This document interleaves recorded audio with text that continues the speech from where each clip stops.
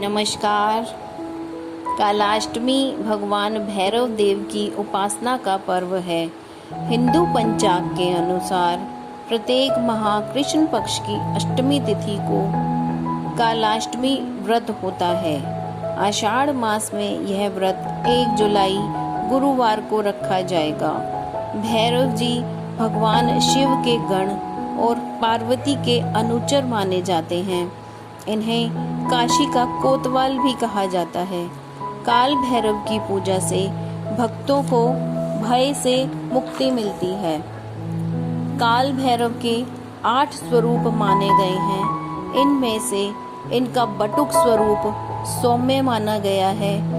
सभी साधारण जन को काल भैरव के बटुक स्वरूप की पूजा तथा व्रत करना चाहिए। काल भैरव की पूजा के नियम। कालाष्टमी के दिन सुबह जल्दी उठकर नित्य क्रिया आदि कर गंगा जल से स्नान करें। काल भैरव को प्रसन्न करने के लिए उड़द की दाल या इससे बनी मिठाई जैसे इमरती, मीठे पुए या दूध मेवा का भोग लगाना चाहिए। चमेली का फूल इन्हें अति प्रिय है। इस दिन काल भैरव के साथ साथ भगवान शिव, माता पार्वती तथा शिव परिवार की पूजा करनी चाहिए। काल भैरव के सामने चौमुखा दीपक जलाएं और धूप दीप से इनकी आरती करें। कालाष्टमी का महत्व।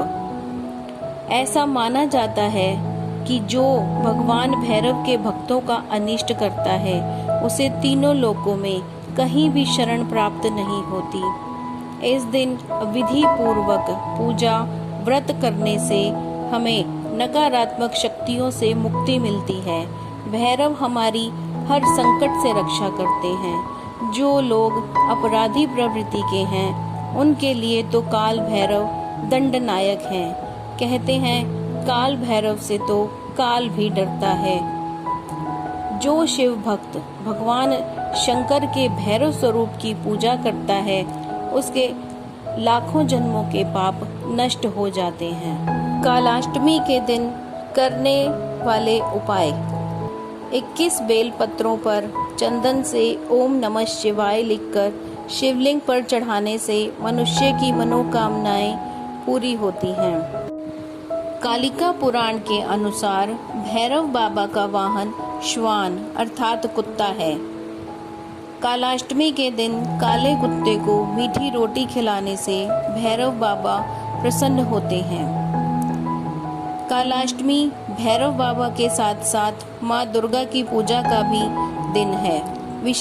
इस दिन दुर्गा माँ की पूजा विशेष फलदायी मानी जाती है। इस दिन दुर्गा चालीसा का पाठ अवश्य करें। कालाष्टमी के दिन काल भैरव को तेल जरूर अर्पित करना चाहिए। सरसों का तेल अर्पित करने से रोगों से मुक्ति मिलती है। चलिए अब कालाष्टमी की कथा सुनाते हैं। कालाष्टमी की एक पौराणिक कथा के अनुसार एक बार की बात है कि ब्रह्मा, विष्णु और महेश इन तीनों देवताओं में श्रेष्ठता की लड़ाई चली। इस बात पर बहस बढ़ गई तो सभी देवताओं को बुलाकर बैठक की गई। सबसे यही पूछा गया कि श्रेष्ठ कौन है। सभी ने अपने अपने विचार व्यक्त किए और उत्तर खोजा, लेकिन उस बात का समर्थन शिव जी और विष्णु जी ने तो किया, परंतु ब्रह्मा जी ने शिव जी को अपशब्द कह दिए। इस बात पर शिव जी को क्रोध आ गया। शिव जी ने अपने क्रोध से भैरव को जन्म दिया। इस भैरव अवतार का वाहन काला कुत्ता है। इनके एक हाथ में छड़ी है। इस अवतार को महाकालेश्वर के नाम से भी जाना जाता है। इसीलिए ही इन्हें दंडाधिपति भी कहा गया है।